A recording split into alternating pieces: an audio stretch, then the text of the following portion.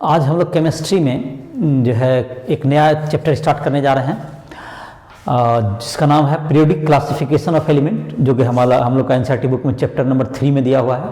तो आज हम लोग स्टार्ट करते हैं। एटॉमिक स्ट्रक्चर का क्वेश्चंस वगैरह तुमको जो है जितना है सॉल्व कर लिया होगा, एनसीईआरटी बुक से भी बनाना था। एनसीईआरटी बुक के अलावा तुम जो है एग्जाम्पल प्रॉब्लम से बना सकते हो, और राइस ऐप पर आ करके जो प्ले स्टोर से डाउनलोड करके उस पर भी तुम्हें एटॉमिक स्ट्रक्चर के या मोल के इन सब क्वेश्चंस मिल जाएंगे बेहतर, तो तुम प्रैक्टिस कर सकते हो, जो कि जेईई मेंस, जेईई एडवांस या तुम्हें नीट इन सब एग्जाम के लिए भी बेहतर होगा। और जिन्होंने नोट्स लिख लिया होगा, उम्मीद है कि ऐप पर नोट्स भी मिल जाएगा।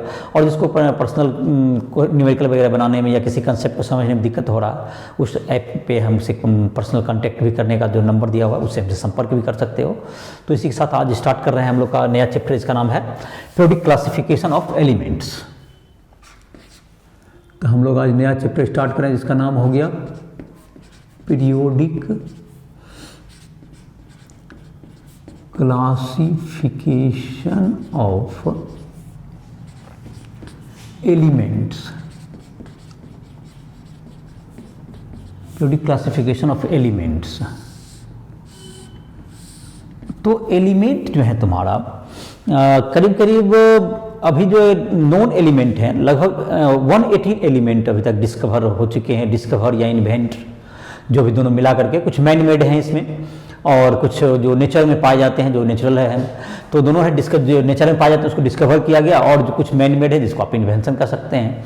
तो इस प्रकार टोटल जो है नॉन एलिमेंट 118 के अबाउट हैं जिसके बारे में लोग जानते हैं। तो there are 118 elements. There are 118 elements known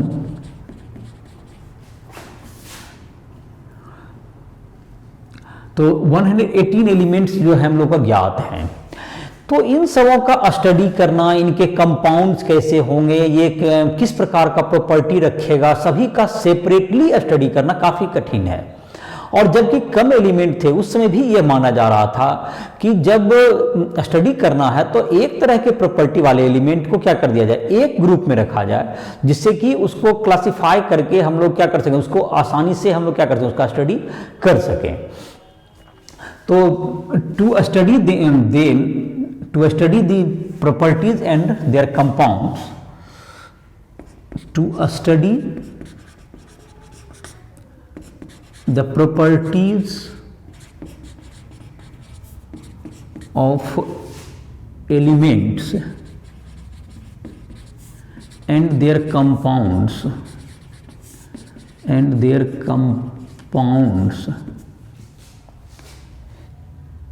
a classification is required to study them easily। तो इससे क्या होता है, क्लासिफिकेशन अगर कर दिया जाए तो उसको स्टडी करना क्या हो जाएगा, आसान हो जाएगा। और इसीलिए इसकी जो है जरूरत क्या महसूस की जा रही थी कि जो एलिमेंट है उसको क्या कर दिया जाए, क्लासिफाई किया जाए, जिससे कि अलग अलग ग्रुपिंग कर दिया जाए, जिससे कि तुमको क्या हो सके उसका स्टडी करना, सबको अलग अलग एलिमेंट पढ़ने के बजाय कुछ ग्रुप्स में पढ़ना ईजी होगा। उसे कंपाउंड के प्रॉपर्टी हो, एलिमेंट के प्रॉपर्टी हो, इन सबों को अलग अलग पढ़ने के बजाय एक ग्रुप में पढ़ा जाए, जिससे कि क्या हो जाए, जिससे उसका स्टडी आसान हो सके। इसीलिए शुरुआत से ही ये महसूस किया जा रहा था कि उसका क्या किया जाए, एलिमेंट को अलग अलग ग्रुप में क्लासिफाई कर लिया जाए।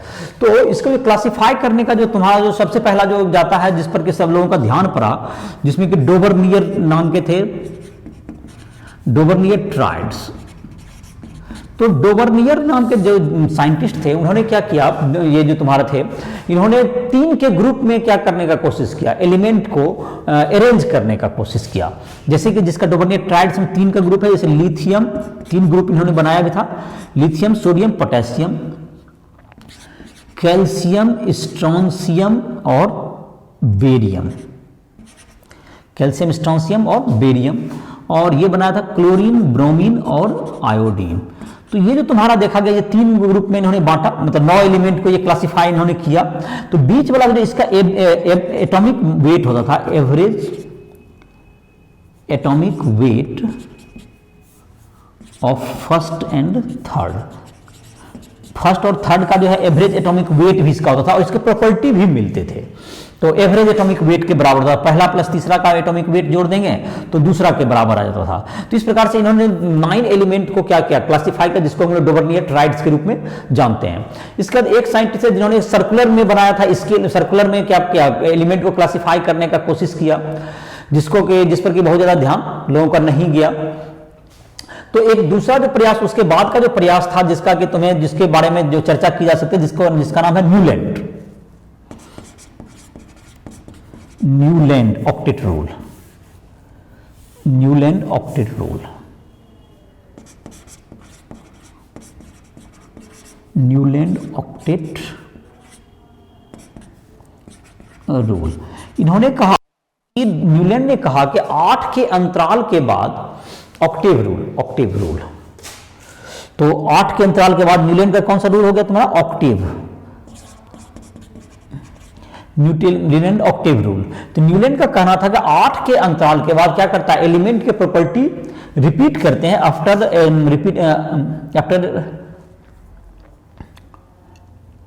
The elements repeats its property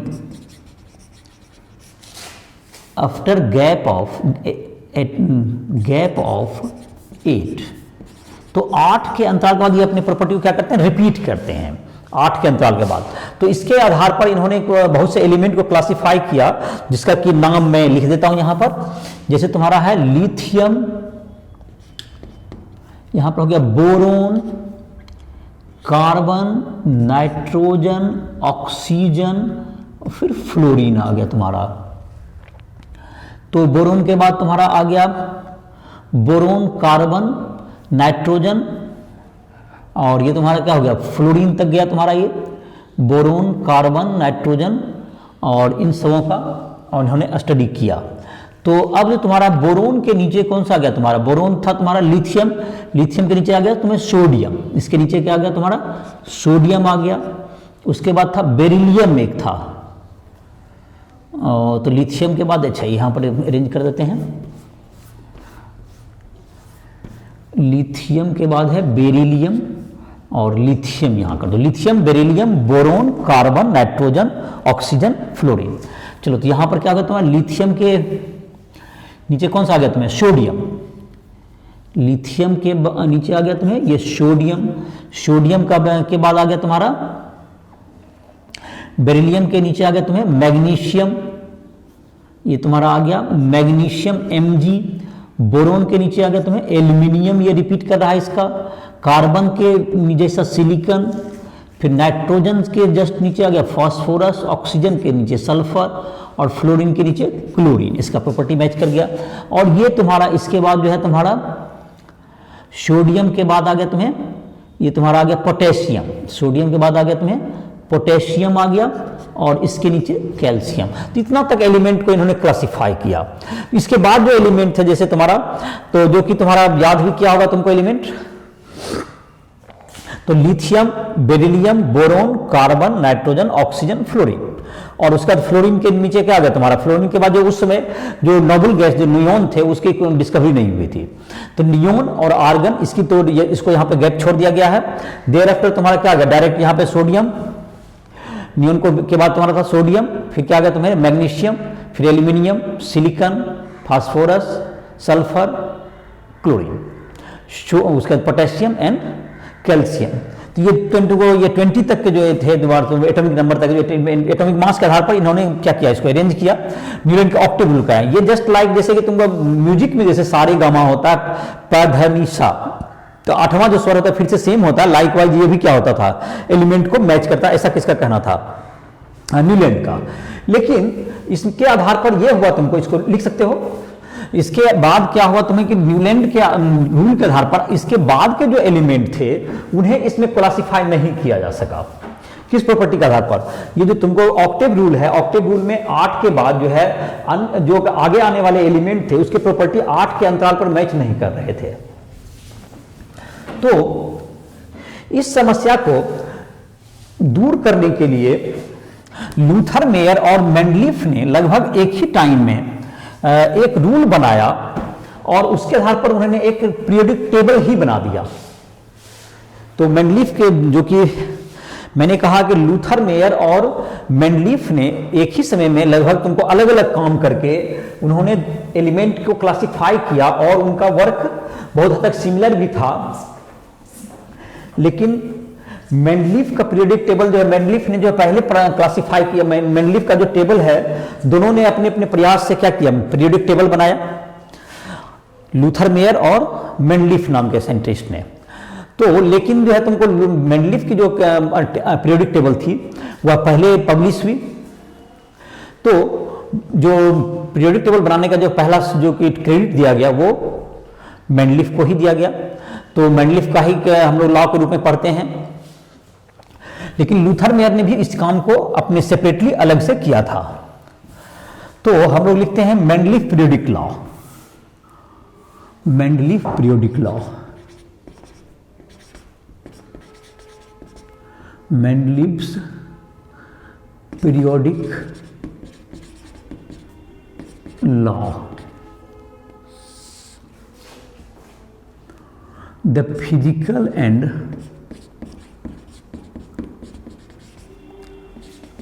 chemical properties of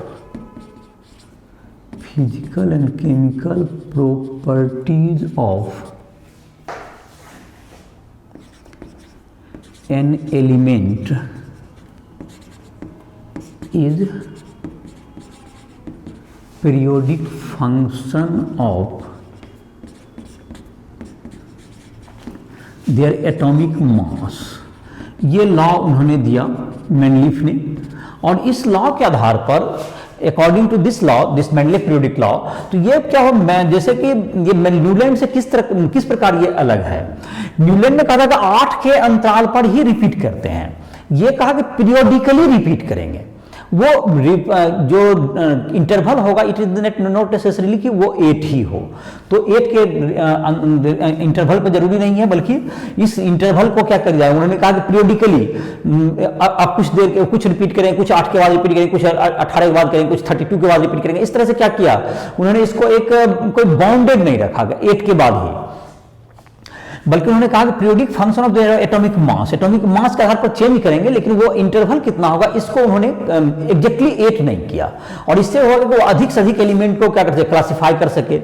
और उस समय जितने भी 63 एलिमेंट्स वगैरह के जो तुम्हारा कहता है उस समय जो थे लोगों को पता था, तो उसको उन्होंने डिस्कवर किया, उसको पीरियोडिक टेबल में जगह दिया। और इसकी विशेषता यह भी रही कि कुछ एलिमेंट जिसके जो कि उसमें डिस्कवर नहीं भी हुए थे उसको भी उन्होंने जगह छोड़ दिया, जैसे गैलियम की उस समय तक डिस्कवरी नहीं हुई थी, जो कि तो उसको एल्यूमिनियम के जस्ट नीचे उसका जगह छोड़ दिया गया था, जिसको कि E करके उसको जगह दे दिया कि बाद में डिस्कवर हुआ तो वो बाद में उसमें जगह दे। उसी टाइप से जर्मेनियम में भी यही था। तो जिन्होंने दिया, तो ये तुमको पीरियोडिक टेबल की उसकी विशेषता रही कि इस लॉ के आधार पर उन्होंने एक पीरियोडिक टेबल बनाया।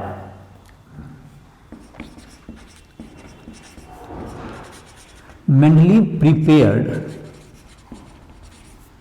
a periodic table on the basis of increasing atomic weight of element, increasing atomic weight of element.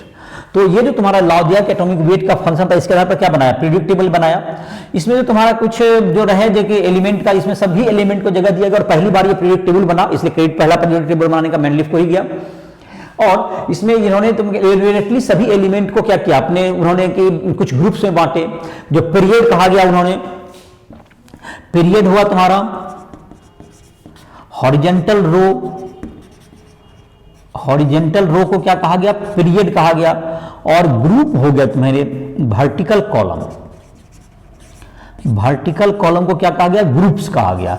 इसमें कुछ ग्रुप्स में बांटे गए, जैसे कि कुछ उसमें रहे जो कि 1A 1B इस तरह से भी बांटा गया था, 1A 1B इस तरह से। तुम क्लास 10 में इसके बारे में इसमें डिटेल में पढ़ना था, तुम पढ़े होगे 69 एलिमेंट में। इसमें कुछ रहा, इसके जो कुछ कमियां रही जिसमें कि रहा कि प्लेस ऑफ, मतलब कि आइसोटोप का प्लेस नहीं इसमें दिया गया।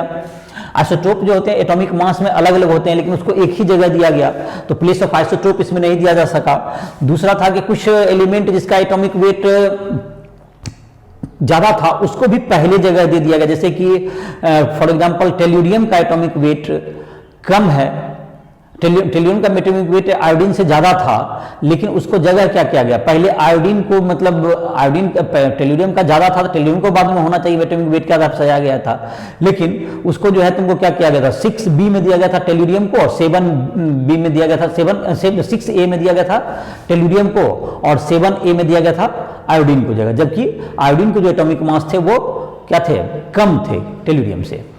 तो ये सब कुछ डिस्क्रिपेंसीज रही, और खास करके उसमें जो कहा जा सकता है कि आइसोटोप को जगह नहीं दिया गया था।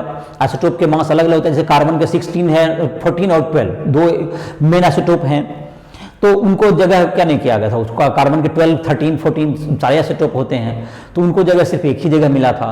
तो ये सब डिस्क्रिपेंसीज रही, और लेकिन ब्रॉडली ये पहली बार पीरियोडिक टेबल उन्होंने बनाया, और काफी इसमें बहुत सी चीज का इंक्रीजिंग ऑर्डर में बहुत से सभी उस समय के जितने भी एलिमेंट नोन थे उसको जगह दिया गया, और कुछ जो एलिमेंट नहीं भी डिस्कवर है तो उनको भी जगह दिया गया जो भविष्य में क्या हो सके, उसको जब डिस्कवर किया गया तो उन्हीं को उस जगह पर रखा गया। तो इस प्रकार से पहला जो पीरियोडिक टेबल बनाने का इलिबरेट प्रयास है वो किसके नाम पर जाता है, मेंडलीव के नाम पर जाता है।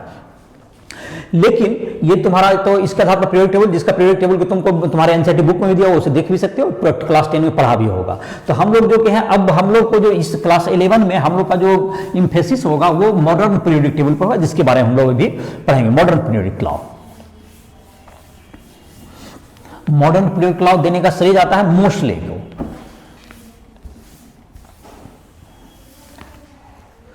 मॉडर्न पीरियोडिक लॉ का श्रेय जा रहा है तुमको किसको, किस साइंटिस्ट को, मोशले को जाता है। मोशले का मॉडर्न पीरियोडिक लॉ। तो ये जो तुम्हारा देखा, मोशले ने क्या देखा,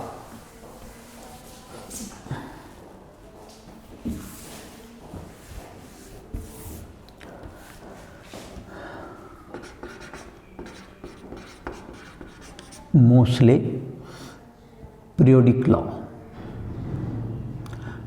मोशले एक्सरे एक्सपेरिमेंट, एक्सरे एक्सपेरिमेंट।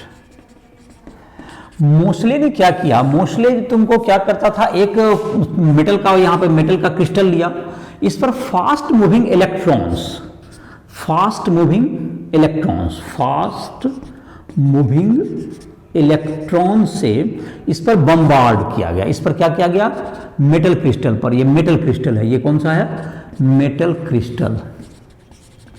तो मेटल क्रिस्टल पर जब इस पर क्या किया गया, इस पर बम्बार्ड, मेटल का जो तुम्हारा है मेटल पर स्ट्राइक किया गया, तो इससे क्या निकलता था, इससे एक्सरे निकलता था। इससे क्या रे निकला, एक्सरे लिबरेट होगा, लिबरेटेड, एक्सरे लिबरेटेड। और ये जो एक्सरे की जो फ्रीक्वेंसी थी, एक्सरे की जो फ्रीक्वेंसी है, तो फास्ट मूविंग इलेक्ट्रॉन्स को जब मेटल पर स्ट्राइक किया गया तो इससे कुछ एक्सरे, एक जो रेडिएशन जो हम लोग का है, रेडिएशन का एक टाइप होता है जिसे हम लोग क्या कहते हैं, एक्सरे कहते हैं, जो कि पिछले एटॉमिक स्ट्रक्चर में देखा भी होगा, पढ़ा भी होगा। उसमें एक्सरे जो है काफी पावरफुल रेडिएशन होता है, गामा के बाद इसी का नंबर आता है, अल्ट्रावायलेट या विजिबल लाइट सबसे कमजोर है, इसकी फ्रीक्वेंसी, एक्सरे की फ्रीक्वेंसी उन सबों से क्या ज्यादा होती है, और इसलिए इसकी एनर्जी भी ज्यादा होती है।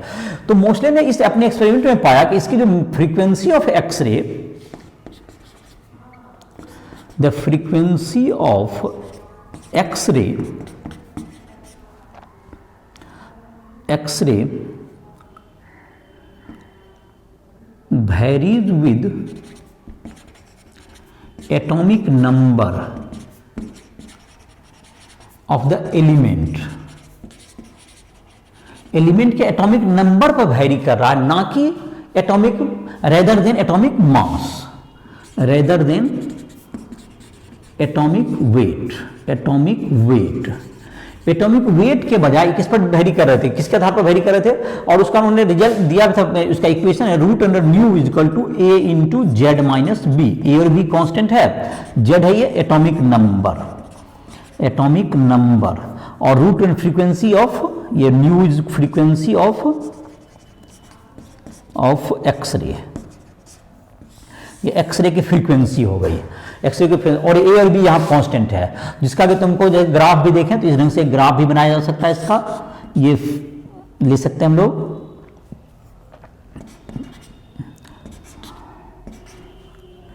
इधर जेड का ले लेंगे तो ये तुमको एक स्ट्रेट लाइन जाता हुआ ग्राफ दिखेगा। ये इसके आधार पर क्या कहा गया, उसने लॉ बनाया कि ये तुमको किसके आधार पर वेरी करता है, ये स्ट्रेट लाइन के आधार पर वेरी कर रहा है। तो इसके आधार पर इन्होंने क्या कहा कि ये एटॉमिक नंबर तुम्हारा होगा, जेड मतलब इधर क्या हो गया, एटॉमिक नंबर है तुम्हारा, ये एटॉमिक नंबर के आधार पर वेरी करता है, एटॉमिक मास पर नहीं करता।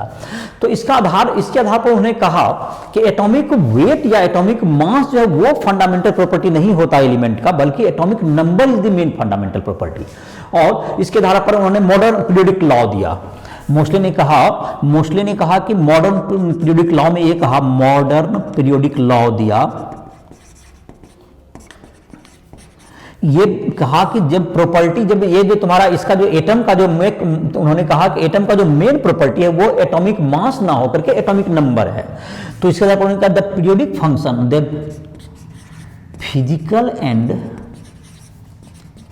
केमिकल प्रॉपर्टीज ऑफ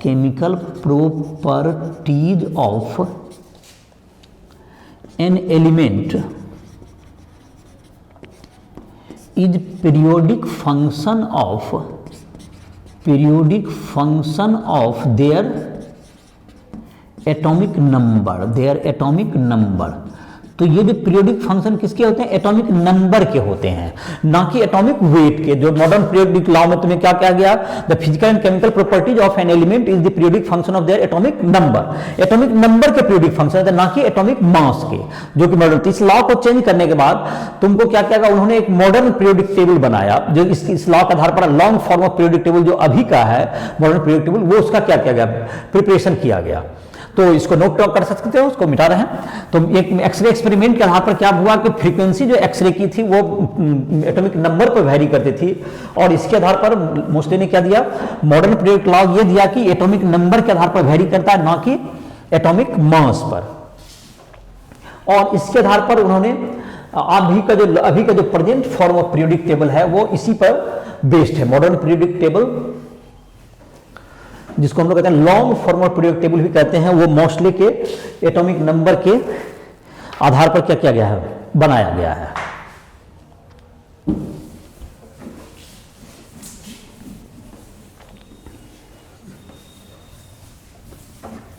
चलो long form of periodic table अब देखते हैं।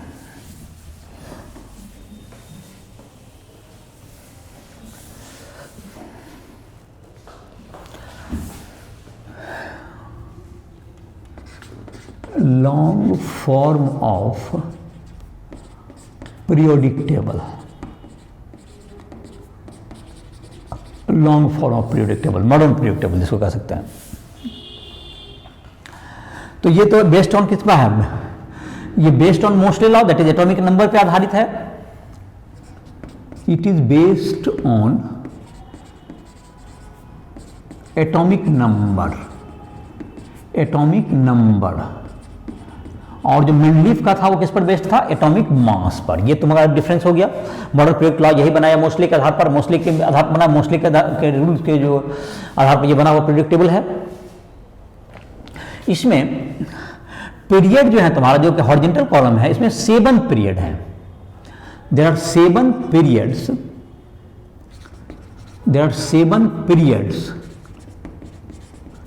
and 18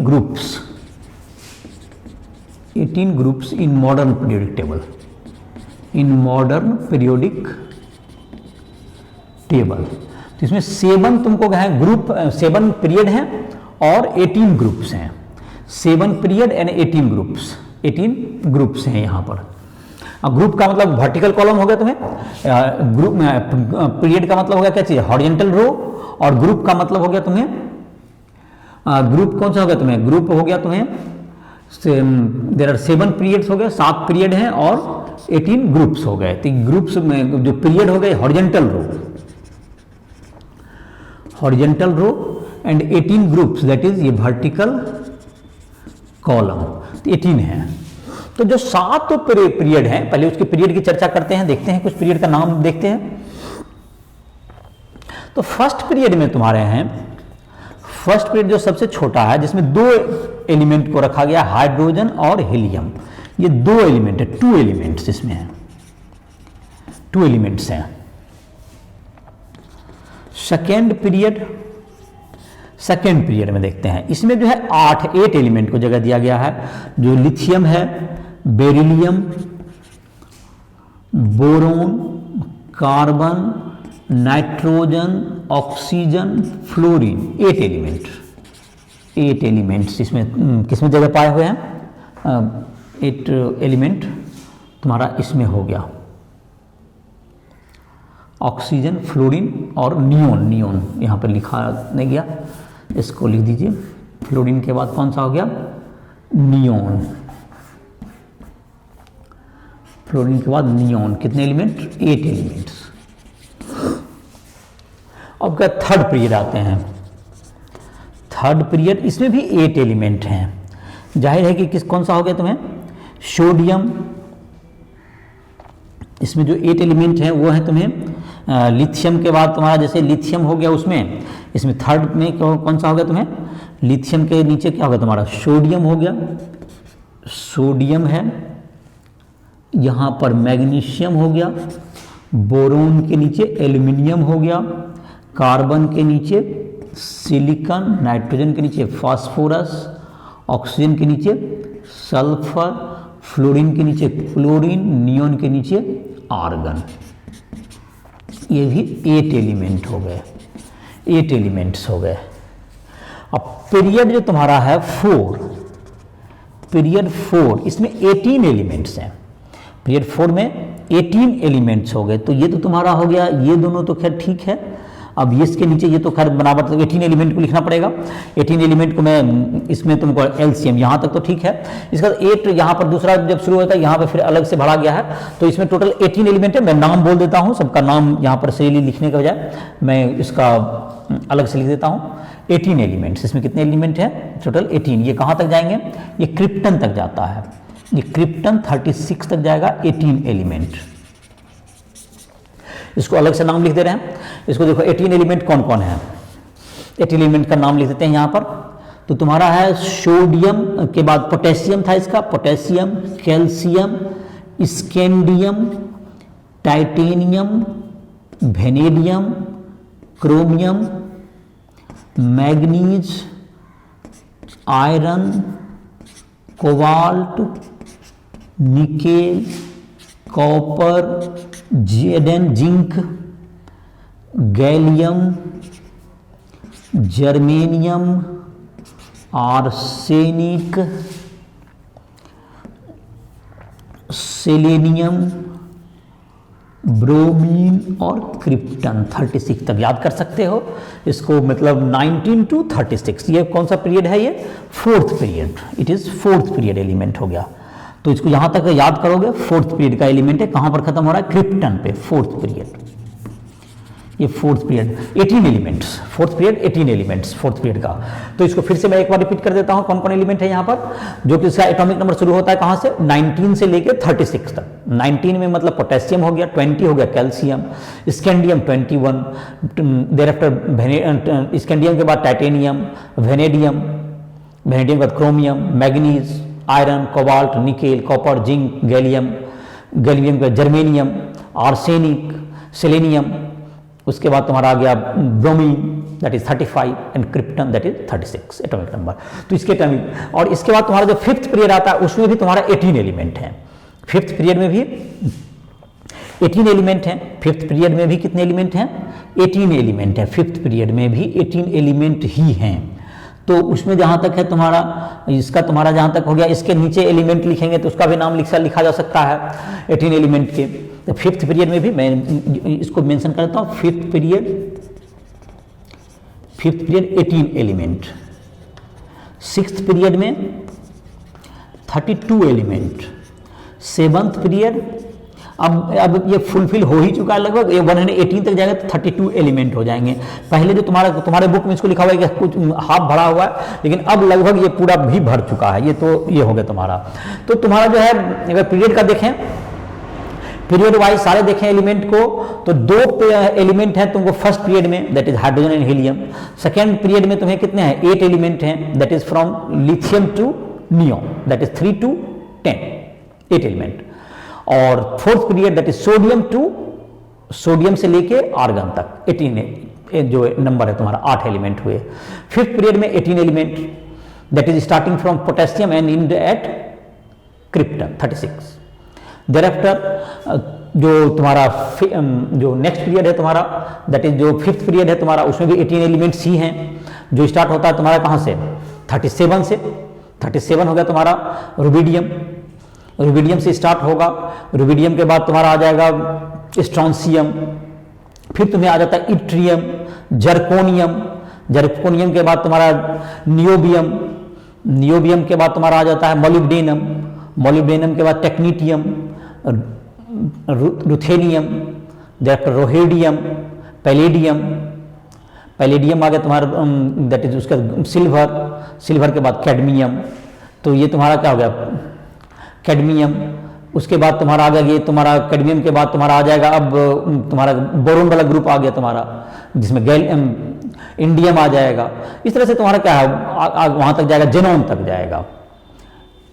तो ये तुम्हारा हो गया एलिमेंट तुम्हारा दिया हुआ है, जिसका कि फिफ्थ पीरियड। सिक्स्थ में तुम्हारा 32 एलिमेंट हैं। उसके बाद तुम्हारा क्या हो गया सेवंथ में, दैट इज 32 एलिमेंट, जो कि अब लगभग फुल अप हो ही चुका है। तो इसमें जो 18 जो सिक्स्थ पीरियड के और सेवंथ पीरियड के जो 14 एलिमेंट है वो जो है पीरियोडिक टेबल में नीचे जगह दिए गए हैं उसे। तो उसको दो हॉरिजॉन्टल लाइन में 15 एलिमेंट, जो कि 57 के बाद जो है लेंथेनम, जो 57 एटॉमिक नंबर है, उसके बाद देंगे सिक्स्थ पीरियड के 58 to 71 उसे लेंथेनाइड्स कहा जाता है। और 89 जो एक्टिनियम है उसको 90 to 103 दैट इज एक्टिनाइड्स, उसको भी पीरियोडिक टेबल में नीचे जगह दिया गया है। तो खैर इस भी चर्चा धीरे धीरे करते जाएंगे, कुछ बात तो याद हो गया होगा। कुछ और एलिमेंट्स की बात जैसे हम लोग फिर जब ब्लॉक में डिवाइड करेंगे तो फिर उसके नाम को याद करेंगे, फिर इसका देखते हैं आगे उसके कुछ नाम, कुछ वन यहाँ पर तुम पीरियड में 1 से लेकर 36 तक कम से कम याद करने की कोशिश करो, जो कि रेगुलर याद हो जाए तुमको एक बार में, जहाँ पर 1 से लेकर 36 तक।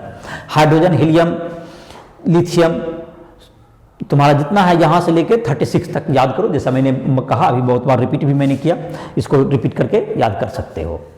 तो ये तुम्हारा हो गया, ये पीरियड वाइज हो गया। अब हम लोग देखते हैं ग्रुप वाइज, ग्रुप में देखते हैं इसको। मॉडर्न पीरियड टेबल में देखते हैं लॉन्ग फॉर्म हमारा, उसमें ग्रुप वाइज कुछ एलिमेंट को देखते हैं। तो ग्रुप में क्या है तुम्हारा, ग्रुप में 18 ग्रुप्स में बताओ। 1 से लेके कहां तक ग्रुप है, पीरियड का तो नाम हो गया 1 से लेके 7 तक। कुछ पीरियड के बारे में कुछ जानकारी हो गई। पीरियड, फिर इसका जो इलेक्ट्रॉनिक कन्फिगरेशन के आधार पर कैसे पीरियड वगैरह निकाला जाता है उसकी चर्चा करते हैं, थोड़ा सा कुछ और जानकारी दे देते हैं ग्रुप का। उसके बाद फिर जो है इलेक्ट्रॉनिक कन्फिगरेशन के आधार पर कैसे पीरियड, कैसे ग्रुप, ब्लॉक, इन सबों में कैसे क्लासिफाई किया गया उसकी चर्चा करते हैं। तो ग्रुप्स की जहां तक है पीरियोडिक टेबल में तुम्हारा जो है मॉडर्न पीरियोडिक टेबल में, मॉडर्न पीरियोडिक टेबल में 18 ग्रुप्स हैं। कितने ग्रुप्स हैं, 18, 1 से लेके 18 तक है। तो जो फर्स्ट ग्रुप है तुम्हारा, ग्रुप फर्स्ट जो है तुम्हारा, ग्रुप फर्स्ट में कौन कौन आ जाएगा। हाइड्रोजन को खैर अब ग्रुप में जगह नहीं भी दिया गया है, तो जो भी हाइड्रोजन को अगर छोड़ भी दें, lithium, sodium, potassium, rubidium, caesium, francium. तो इसको याद करने की कोशिश कर सकते हो। ग्रुप 1 का एलिमेंट हो गया क्या क्या, lithium, sodium, potassium, rubidium, caesium, francium. दरअसल हाइड्रोजन को जो है बहुत से बुक में तो हाइड्रोजन को 1 में देता है, लेकिन इसको भी ग्रुप में जगह नहीं दिया गया है किसी में, इसलिए मैंने हाइड्रोजन को फर्स्ट ग्रुप में नहीं रखा। ग्रुप 2 का जहां तक बात है, ग्रुप 2 में तुम्हारा हो गया लिथियम के बाद यहां पर होता है बेरिलियम, मैग्नीशियम, कैल्शियम, स्ट्रोंसियम, बेरियम और रेडियम। ये तुम्हारा ग्रुप 2 के एलिमेंट हो गए।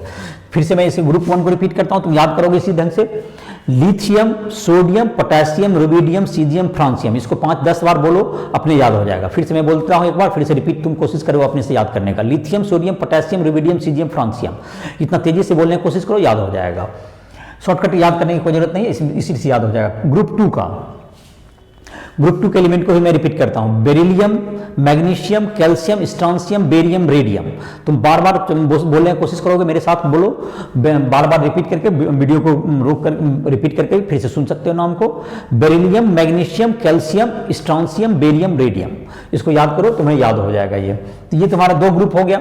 और ग्रुप 18 जहां तक है, ग्रुप 18 जो सबसे लास्ट ग्रुप है, जिसको कि हम लोग नोबल गैस भी कहते हैं, जिसको पिछले जो लेक्चर में था इलेक्ट्रॉनिक कन्फिगरेशन, जो कि हम लोग लास्ट में पढ़ रहे थे एटॉमिक स्ट्रक्चर, उसमें भी मैंने याद करवाया था, तो उसको मैं फिर से लिख रहा हूं, ग्रुप 18। ग्रुप 18 1 से लेके 18 तक, इसमें है helium, neon, argon, krypton, xenon और रेडॉन। जाहिर है कि तुम्हें एटॉमिक नंबर भी याद होगा इसका। हीलियम का 2 हो गया, इसमें 8 प्लस कर दीजिए 10 हो गया। आर्गन में फिर 8 प्लस कीजिए 18 हो गया। इसका 36 हो गया, इसका 54 हो गया, इसका 86 हो गया, 32 ऐड करके रेडॉन का। तो कैसे कैसे याद करना है, 2 के बाद 2 बार 8 प्लस करना है। हीलियम में 2 है, उसका 10 हो जाएगा 8 प्लस करके नियोन, फिर 8 प्लस कीजिए दैट इज 18 आर्गन, फिर 36, 2 बार 36, 2 बार 18 मतलब ऐड करना है, 54 हो गया। एक बार 18 से 36, फिर 18 ऐड किया 54, 18 36 54, उसके बाद 32 ऐड हुआ रेडॉन का 18। और अब इसके नीचे जो है, इसके नीचे भी 18 ऐड होगा, दैट इज 32 ऐड होगा, तो दैट इज 118। जो मॉडर्न जो तुम्हारा एलिमेंट होगा, जो नया डिस्कवर्ड एलिमेंट अब तो लिखा ही जा रहा है बहुत से बुक में, तो उससे जाहिर है कि 118 जो इसके बाद है वो भी लिखा जा सकता है, जो इनर्ट गैस का नोबल गैस इसको कहते हैं। इनफैक्ट अब इनर्ट गैस तो नहीं कहते, क्योंकि ये रिएक्शन करते हैं, तो इसको कौन सा गैस कहा जाता है, इसको नोबल गैस। पहले इसको इनर्ट गैस कहा था, क्योंकि इसके रिएक्शंस वगैरह नोन नहीं थे, अब इसके कुछ रिएक्शंस वगैरह पता हैं, इसलिए इसको नोबल गैस के नाम से अब हम लोग जानते हैं। इसके पहले का जो ग्रुप है दैट इज ग्रुप 17 जिसको कहते हैं। तो ग्रुप 17 तुम्हें जो हो गया, ग्रुप 17 का नाम क्या क्या हो गया तुम्हारा, group 17 fluorine, chlorine, bromine, iodine, एस्टेटिन। Fluorine, group 17 का नाम मैंने रिपीट किया, फ्लोरीन, क्लोरीन, ब्रोमीन, आयोडीन, एस्टेटिन। तो लिखना चाहोगे उसे भी लिख सकते हो। ग्रुप 16 में oxygen, sulphur, selenium, tellurium, polonium. Oxygen, sulphur, selenium, tellurium, polonium. Group 16 हो गया। Group 15 nitrogen, phosphorus, arsenic, antimony, bismuth. इसको रिपीट करने की कोशिश करोगे, nitrogen, phosphorus, arsenic, antimony, bismuth. Group 14 that is carbon, silicon, germanium, tin, lead. Group 13 हो गया तुम्हें boron, aluminium, gallium, indium, thallium. और जहां तक डी ब्लॉक जो बीच के हैं 3 से लेकर जो 12 तक के जो ग्रुप हैं वो कम नोन होते हैं, जिसको कि पी ब्लॉक, इसको बाद में याद करोगे, जिसको मैं याद करवाऊंगा जब डी ब्लॉक इसमें पढ़ाएंगे तो फिर याद किया जाएगा उसको। तो इस प्रकार से ग्रुप को क्या कर सकते हैं, ग्रुप वाइज इसको कुछ ग्रुप्स मैंने 3 लिख दिए, इसको पहले रटो, उसको याद करो, फिर जब हम लोग पी ब्लॉक का या एस ब्लॉक का जब पढ़ेंगे, उसको जब ब्लॉक में डिवाइड करेंगे तो उसको कैसे डिटरमाइन करते हैं इलेक्ट्रॉनिक कन्फिगरेशन के बारे में, इसके लिए हम लोग जो है तुमको यहाँ इसको जो है जितना मैंने पढ़ाया ये एनसीईआरटी बुक से कवरेज किया गया तुम्हारा, इसको जो है तुम पढ़ सकते हो, इसको एनसीईआरटी बुक्स में तुम रीड भी कर सकते हो, उसको जितना वीडियो देख करके तुम पढ़ भी सकते हो, उसका कोई क्वेश्चन वगैरह है वो उसको भी अटेम्प्ट कर सकते हो। तो इलेक्ट्रॉनिक कन्फिगरेशन के आधार पर कैसे डिस्ट्रीब्यूट किया गया है उसको हम लोग नेक्स्ट लेक्चर में देखते हैं। तो इसी के साथ इस लेक्चर को समाप्त कर रहे हैं।